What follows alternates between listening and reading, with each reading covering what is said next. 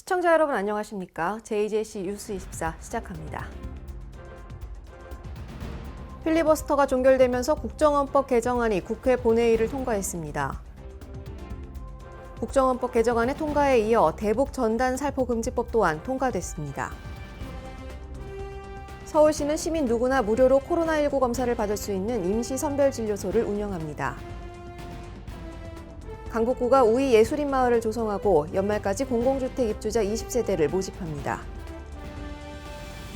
충청권 광역철도망 구축에 대전과 세종, 충북, 충남이 한 목소리를 냈습니다.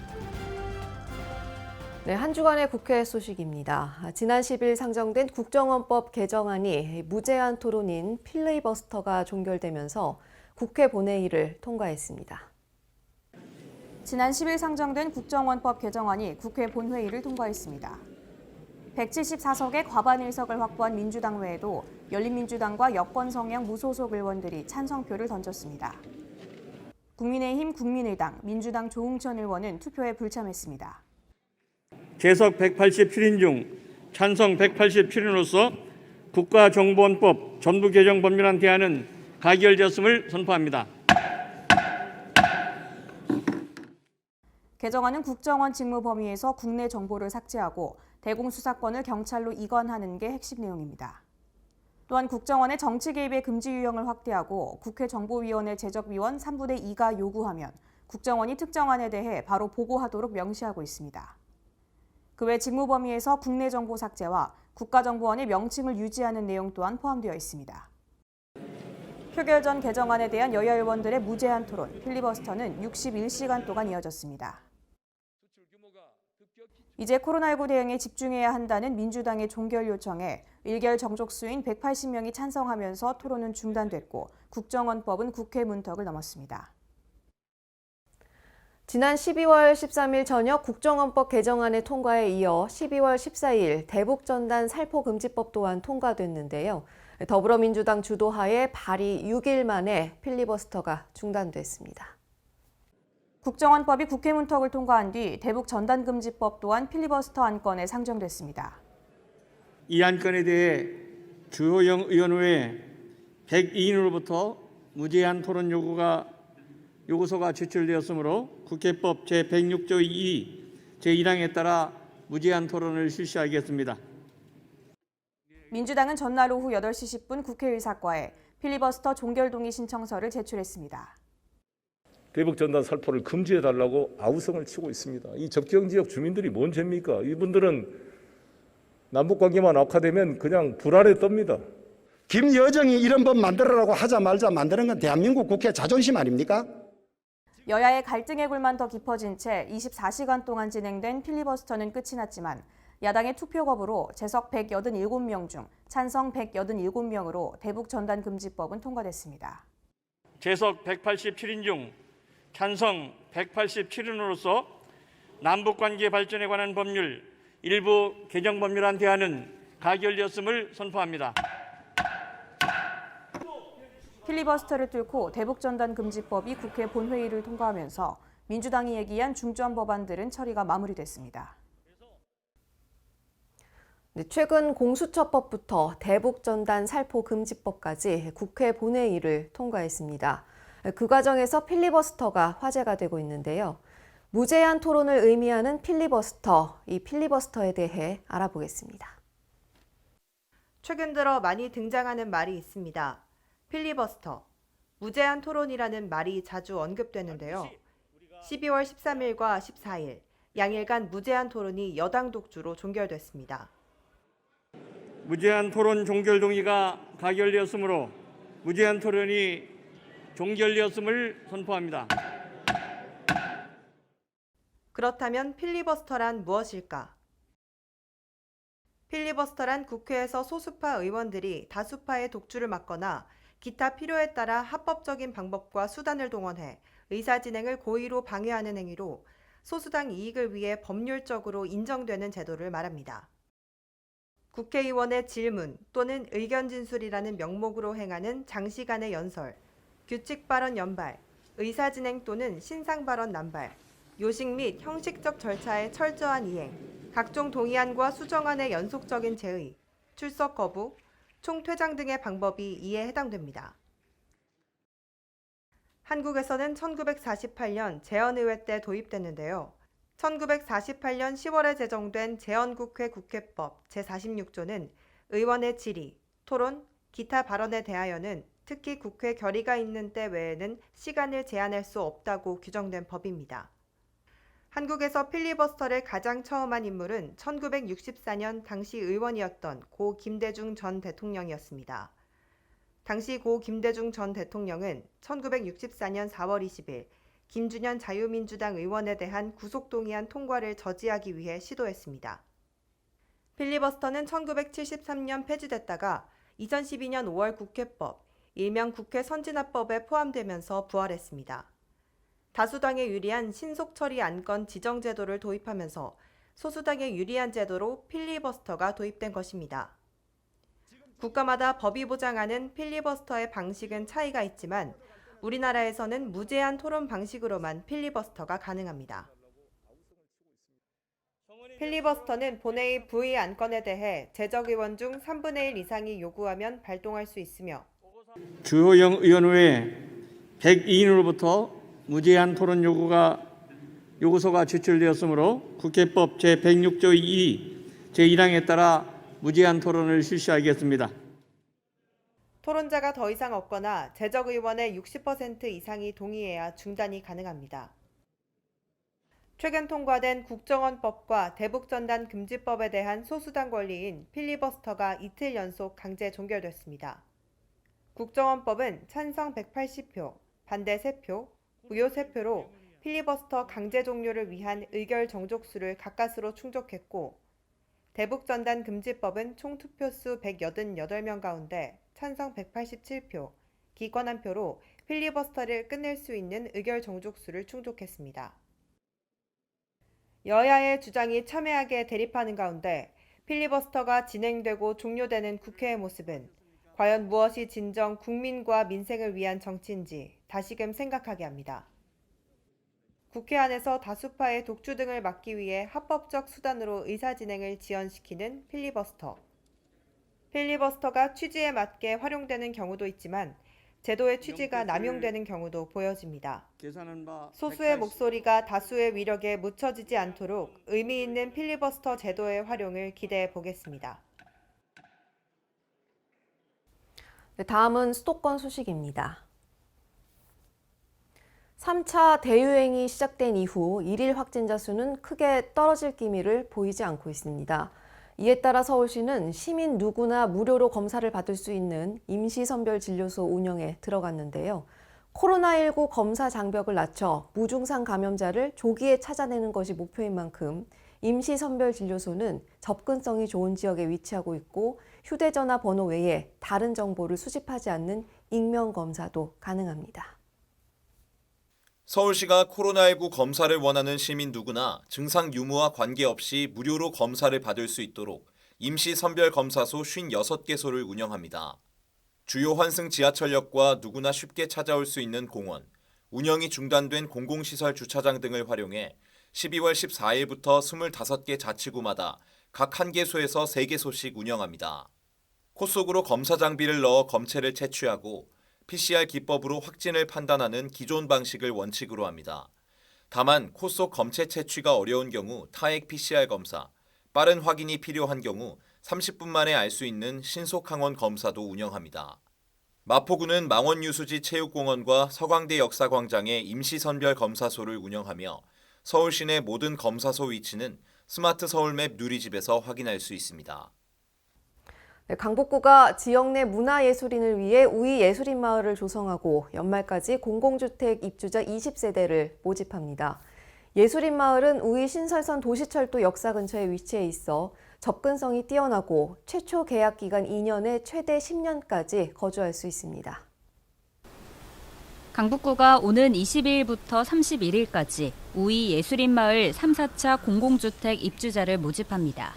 예술인 마을은 지역 내 문화예술인의 주거 안정과 활동 공간을 조성하기 위해 마련된 수요자 맞춤형 임대주택입니다. 이번에 모집하는 가구는 모두 20세대로 강북구청 문화관광체육과를 방문해 접수해야 합니다. 지상 5층 규모로 건립된 예술인 마을은 3차 주택의 경우 우이 신설선 419 민주묘지역 근처에, 4차 주택은 북한산 우이역과 걸어서 10분 거리에 조성돼 있어 교통이 편리하다는 게 특징입니다.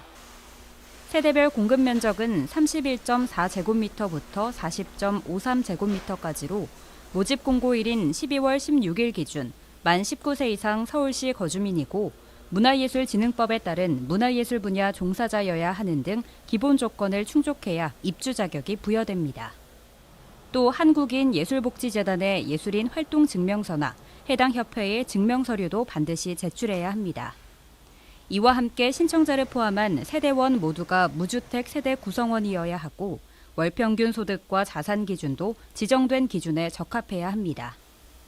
전년도 도시근로자 월 평균 소득에 따라 임대보증금은 최소 2,655만 원부터 최대 3,255만 원, 월 임대료는 최소 34만 6천 원에서 최대 42만 4천 원이 책정됩니다. 입주는 내년 4월 15일부터 시작될 예정으로 최초 계약 기간 2년에 최대 10년까지 거주할 수 있고 최종 선정자는 3월 8일 개별 통보됩니다. 보다 자세한 사항은 강북구청 홈페이지의 세수식란에서 공고문을 참고하거나 문화관광체육과로 문의하면 됩니다. 강북구가 동주민센터를 방문하는 청각장애인과 언어장애인의 민원 편의를 위해 삼양동과 인수동 등 5곳에 화상전화기를 설치 운영합니다. 강북구는 내년까지 지역 내 모든 동주민센터에 대한 화상전화기 비치를 마무리할 계획입니다. 강북구가 듣거나 말하는 데 불편함이 있는 장애인을 위해서 지역 내 동주민센터 5곳에 화상전화기를 추가 설치합니다. 신규 비치 장소는 삼양동과 송중동, 송천동, 번이동, 인수동으로 오는 22일까지 설치 작업이 마무리될 예정입니다. 민원 업무를 위해 이들 동주민센터를 방문하는 청각 언어장애인은 화상전화기를 통해 강북구 수어통역센터에 상주하는 수어통역사의 도움을 받을 수 있게 됩니다. 영상 모니터가 설치된 전화기는 그동안 강북구청 1층 민원 여권과를 비롯해 미아동과 번삼동 주민센터 등 3곳에서만 사용할 수 있어 신설 요구가 이어졌습니다. 강북구는 지역 내 청각 언어장애인 수가 해마다 증가함에 따라 상대적으로 이들 장애인 거주자가 많은 지역을 신규 장소로 지정했습니다. 이와 함께 내년까지 나머지 6개 동에도 화상 전화기를 배치해 의사소통의 어려움을 개선해 나갈 계획입니다. 네, 마포구가 우울증, 만성질환, 인지장애 등으로 일상생활에 어려움을 겪는 지역 어르신을 위해 AI 기능이 접목된 반려 로봇을 제공합니다. 마포구가 이달 말부터 우울증, 인지장애 등으로 일상생활에 어려움을 겪는 지역 어르신 400명에게 서울시자치구 최초로 AI 기능이 접목된 반려 로봇을 제공할 예정입니다. 마포구 캐릭터인 마포동이를 형상화한 봉제인형 형태로 제작됐습니다. 지난 6월 한국로봇산업진흥원이 주관한 2020년 로봇 활용 사회적 약자 편익 지원 사업 공모에 선정돼 반려 로봇을 제공하게 됐습니다. AI 자연어 처리 기술이 접목된 이 로봇은 120만 건의 감성 대화로 어르신과 정서적 유대감을 쌓을 수 있습니다. 또 시간이 지날수록 사용자에 맞춰 진화하며 이 밖에 치매 예방 콘텐츠, 약 복용 시간과 날씨 등 개인별 맞춤형 서비스, 활동 감지 등을 통한 비상 상황 응급 연계, 마포구 행정 및 복지 소식 알림 등이 특징입니다. 네, 의왕시는 지역 어르신들이 활기차고 건강한 노후 생활을 영위할 수 있도록 다양한 일자리 및 사회 활동을 지원하고 있는데요. 노인들의 삶의 질을 높이고 사회적 가치를 창출하는 의왕시 사회활동 지원 사업의 2020년 연합 종결식이 개최됐습니다. 의왕시 사랑채 노인복지관과 아름채 노인복지관, 의왕 시니어클럽, 대한노인의 의왕시지회 등 4개 수행기관의 2020년 사회활동 지원사업 연합종결식이 개최됐습니다. 이번 행사는 코로나19 확산 방지를 위해 최소한의 인원만 참석해 진행됐는데요. 올해 사업은 44개 사업단의 2,004명의 어르신들이 참여했습니다. 코로나19라고 하는 어려운 상황 속에서 올 한해 일자리 사업을 직접 참여하시는 어르신들 또 지원해 주시는 기관 모두가 사실 원활하게 이렇게 돌아가지 않다 보니까 어려움이 많으셨을 텐데 그럼에도 불구하고 잘 마무리라고 오늘 종교식을 갖게 돼서 아주 기쁘게 생각을 합니다. 한편 2021년 노인 일자리 및 사회활동 지원 사업에는 총 2,097명의 어르신을 모집할 예정입니다. 광역시 소식입니다. 사회적 거리두기 2단계 격상에도 불구하고 코로나19 지역 확진자가 급증하고 있습니다. 그 어느 때보다 철저한 방역수칙 준수가 필요합니다. 지난 12월 6일부터 사회적 거리두기 2단계가 시행되고 있지만 최근 지역 내 집단 감염이 발생하고 있습니다. 시민 여러분의 거리두기 동참과 철저한 방역수칙 준수를 당부드립니다. 많은 사람들이 모이는 장소, 밀집, 밀폐, 밀접한 공간은 감염에 매우 취약합니다. 최대한 방문을 자제해 주시기 바랍니다. 또한 2사람 이상이 만날 경우 일상생활에서도 언제 어디서나 항상 마스크를 착용해 주시기 바랍니다. 연말 각종 송년 모임과 회식 등은 연기하고 불필요한 외출과 만남은 자제해 주시기 바랍니다.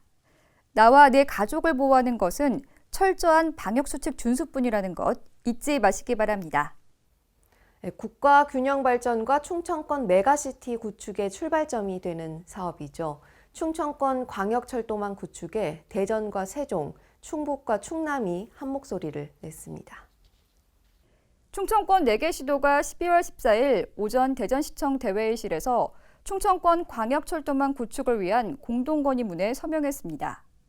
그동안 노선과 관련 입장차를 보여왔던 4개 시도는 메가시티 구축의 필요성을 공감하고 선제 사업인 충청권 광역철도망 구축 공동건의에 한뜻을 모았습니다. 이번 공동건의는 신탄진, 조치원, 오송, 청주시내, 오근장을 잇는 광역철도, 세종청사, 조치원을 잇는 일반철도 등을 신설한 충청권 광역철도망을 구축, 제4차 국가철도망 계획에 반영해 줄 것을 건의하는 내용을 담고 있습니다. 한편 충청권 광역철도망 구축은 중앙정부의 적극적인 지원이 필요한 사업으로 4개 시도는 지속적인 협력을 이어갈 예정입니다.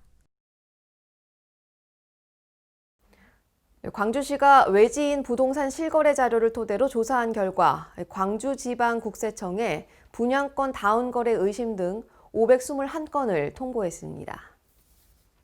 광주시는 자치구와 함께 중개업소를 대상으로 합동점검을 실시하고 11월 25일까지 부동산 실거래 자료를 정밀 조사해 왔습니다. 그 결과 외지인이 매수한 5,723건 중 분양권 다운거래 의심 104건, 편법 증여 의심 417건을 적발했습니다. 또한 광주시가 자치구와 중개업소 85개를 점검한 결과 실거래 신고 지연 3건, 계약서 불일치 9건 등 총 71건을 적발했습니다. 이에 대해 6개월 이내 영업 정지나 500만 원 이하 과태료 부과 등 행정 처분할 예정입니다. 광주시는 아파트 가격이 급등함에 따라 부동산 시장을 안정화하기 위해 지난달 11일부터 강력 조사를 실시하고 있습니다. 이번 조치를 통해 투기로 인한 집값 급등과 양극화를 심화시켜 서민들의 내 집 마련 꿈을 앗아가는 투기 세력이 발붙이지 못하도록 할 것입니다. 광주시는 자치구와 연말까지 부동산 불법 거래 합동 점검 및 부동산 실거래 의심 사례에 대한 정밀 조사를 하면서 부동산 거래해지 신고에 대한 기타 소득 누락자도 추가 조사할 방침입니다. 다음은 강원도 소식입니다.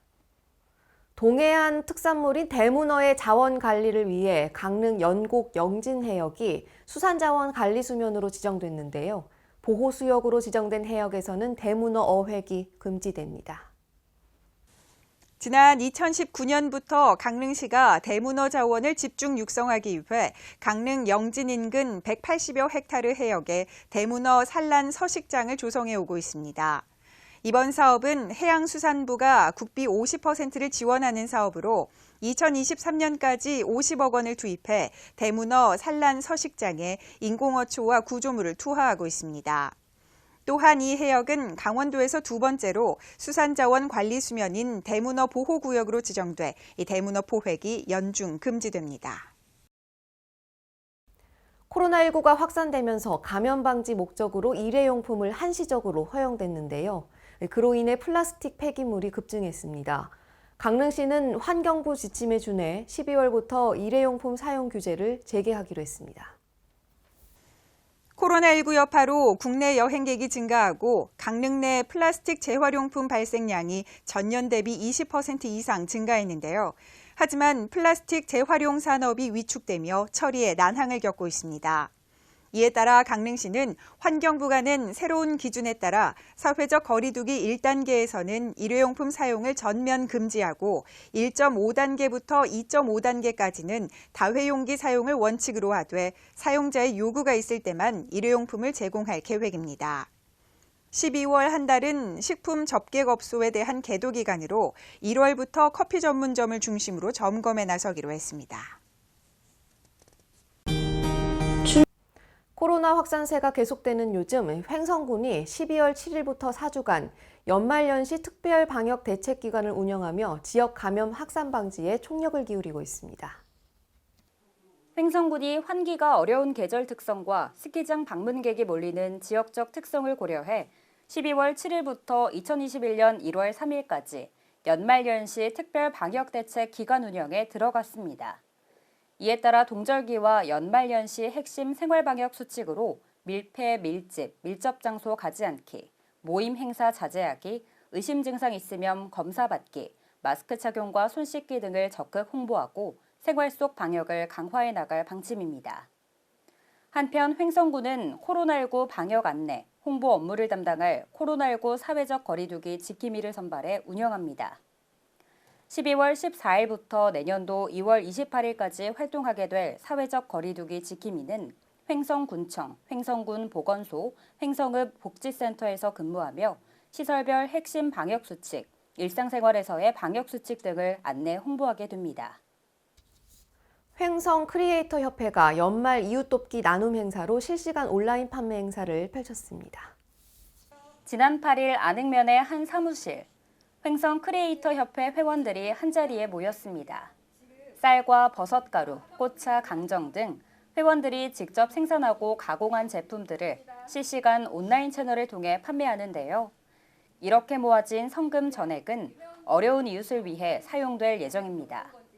연말 연시를 맞이해갖고요. 저희 배운 거, 우리가 라이브 커머스라고 저희가 농사도 짓고 가공품도 갖고 있거든요. 그 제품들을 십시일반 모아갖고 연말에 어려운 분들 조금 도와주고자 지금 모인 행사입니다. 한편 횡성 크리에이터 협회는 횡성군 농업기술센터에 이 비즈니스 리더 양성 교육을 수료한 교육생 11명으로 결성되었습니다. 협회는 온라인을 활용한 농산물 판매 전략 협의체로 정기적 모임을 통해 온라인 판매 활성화와 함께 횡성군 홍보에도 앞장서고 있습니다. 충청도 소식입니다. 충북도가 정부 예산 7조 원 시대를 눈앞에 두고 있습니다. 특히 충북 현안 사업이 대다수 반영돼 충북 경제 성장을 이끌 것으로 보입니다. 충청북도 내년도 정부 예산이 확정됐습니다. 예산 규모는 6조 8,202억 원으로 7조 원대 초읽기에 들어섰습니다. 내년도 예산은 올해 확보한 6조 854억 원보다 12.1% 증가해 7,348억 원 늘었습니다. 정부 예산 가운데 눈에 띄는 점은 정부가 지난해 선정한 각 시도별 예비 타당성 조사 면제 사업 중 충북 관련 사업 예산이 모두 반영됐다는 점입니다. 충북에서 예타 면제를 신청했던 충북선 철도 고속화 사업 예산은 154억 원을 확보했습니다. 또한 기획재정부 요청 평택에서 오송 고속철도 복북선화 사업 31억 원과 세종에서 청주 고속도로 건설 36억 원도 편성됐습니다. 강원도가 요청한 제천에서 영월 고속도로 건설 9억 원 등 사업 시행을 위한 기본 설계비가 모두 반영됐습니다. 충북의 주요 현안인 다목적 방사관 가속기 구축과 오송국제 KBT 스쿨 설립 예산도 확보했습니다. 이외에도 괴산 세계 유기농 산업 엑스포 개최를 위한 예산 5억 원을 확보해 사실상 유기농 엑스포에 대한 정부 승인을 받은 셈입니다. 경상도 소식입니다. 고병원성 조류 인플루엔자가 전국에서 잇따라 발생함에 따라 양산시는 기존 AI 방역대책본부를 재난안전대책본부로 격상하고 관내 유입 방지를 위해 총력 대응에 나섰습니다. 양산시는 관내 거점 소독 시설인 축산종합방역소를 24시간 가동해 축산 차량의 통제와 소독을 강화하는 한편 가용자원과 양산 기장축협 공동방재단, 드론 및 광역 방제기를 총동원해 철새 도래지와 가금 농가를 매일 소독하고 있습니다. 또한 관내 모든 가금 농가에 전담 공무원을 지정하고 AI 특별 단속반을 편성해 농가 소독 방법 및 실시 요령을 안내하고 있으며 방역 물품을 지원하는 등 농가의 방역 책임 의식을 높이고 자체 차단 방역 능력을 강화하고 있습니다. 양산시 관계자는 사육 가금을 세심히 관찰해 폐사율 급증, 산란율 급감 등 의심 증상을 보이면 즉시 신고할 것을 당부했습니다. 네, 지난달 30일 개회한 포항시 의회 제279회 정례회가 진행 중입니다. 9일 열린 제2차 본회의에서는 시정에 관한 질문이 있었는데요. 이강덕 시장과 송경창 부시장 등이 각종 현안에 대해 답변했습니다. 지난 9일 포항시의회 제279회 정례회 제2차 본회의에서 시정에 관한 질문이 진행됐습니다. 이날 시정 질문에서는 주해남, 김정숙, 박경열 의원이 포항시 현안에 대해 질문했습니다. 포항시는 형산강 수질 관리와 철새 도래지 보존, 생태하천 복원 사업 등에 대한 질문에 형산강 완충 저류 시설 설치 사업 및 생태하천 복원 사업의 추진 현황에 대해 설명했으며 지속적인 모니터링으로 철새 도래지 보존에도 노력할 것이라고 답했습니다. 또 인구 정책에 대한 질문에는 빈집 정비 사업 등을 통한 신혼부부 주택 문제 해결과 출산 장려금 및 돌봄 서비스 확대를 통한 성공적인 인구 정책 추진에 대한 의지를 내비쳤습니다. 또 현재 시행 중인 신혼부부 임차보증금 이자 지원 사업과 산모 및 신생아 도우미 지원 사업, 직장맘 SOS 서비스에 대해서도 설명했습니다. 이와 함께 기후변화에 대한 포항시의 대책과 로드맵에 대한 질문이 있었으며 시는 온실가스 감축 방안, 신재생에너지 보급 사업에 대해 설명했습니다. 또 타당성과 객관성이 충분히 확보된 하수 처리장 운영에도 만전을 기할 것이라고 말했습니다. 한편 포항시는 각종 현안 해결과 성공적인 사업 추진을 위해 행정력을 집중한다는 방침입니다. 네, 전라도 소식입니다. 제16회 전주시 자원봉사자 대회가 전북 월드컵 경기장에서 열렸습니다. 코로나19 감염병 예방을 위해 드라이브스루 방식으로 진행했는데요. 이 방식은 전국 최초라고 합니다. 강석훈 기자입니다.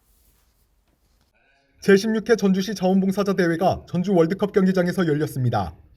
이날 행사는 코로나19 팬데믹 속에서 사회적 거리 두기를 지키기 위해 드라이브스루 방식으로 시상식을 진행했습니다.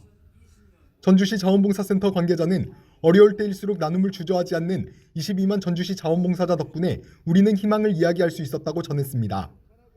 한편 전주시는 지난해 지방자치단체 분야에서 수상한 데 이어 올해에는 전주시 자원봉사센터가 단체 분야에서 수상의 영예를 안았습니다. 지금까지 전북에서 강석훈이었습니다. 다양한 이들이 직접 작가로서 만든 책을 전시한 행사가 정읍에서 열립니다. 이 이색 전시회는 24일까지 진행됩니다. 황인아 기자의 보도입니다. 정읍 지역 아이들과 어르신, 다문화 이주 여성 등 주민이 직접 작가가 되어 만든 세상에 하나뿐인 그림책 전시회가 열립니다. 시립중앙도서관 1층 로비에서 오는 24일까지 정읍시 3개 작은 도서관이 출간한 도서 21권을 전시합니다. 이번에 전시되는 도서는 실버 작은 도서관, 다문화 작은 도서관, 꿈꾸는 작은 도서관의 책 만들기 사업 참여자들이 직접 집필한 책입니다. 프로그램에 참여한 10명의 어르신은 직접 글과 그림을 그리며 그동안 자신들이 살아온 흔적들과 이야기를 진솔하게 담아냈습니다. 시는 올해 다양한 책 만들기 프로그램을 운영해 누구나 작가가 될 수 있다는 메시지를 시민에게 알리는 초석을 마련한 바 있습니다. 정읍시 관계자는 다양한 책 만들기 프로그램 운영으로 누구나 작가가 될 수 있다는 메시지를 시민에게 알리는 초석을 마련했다며 이번에 책 출간이 누구나 책을 쓰고 나눌 수 있는 개인 콘텐츠 창작의 산실이 될 수 있길 바란다고 전했습니다. 지금까지 전북에서 황인혜였습니다.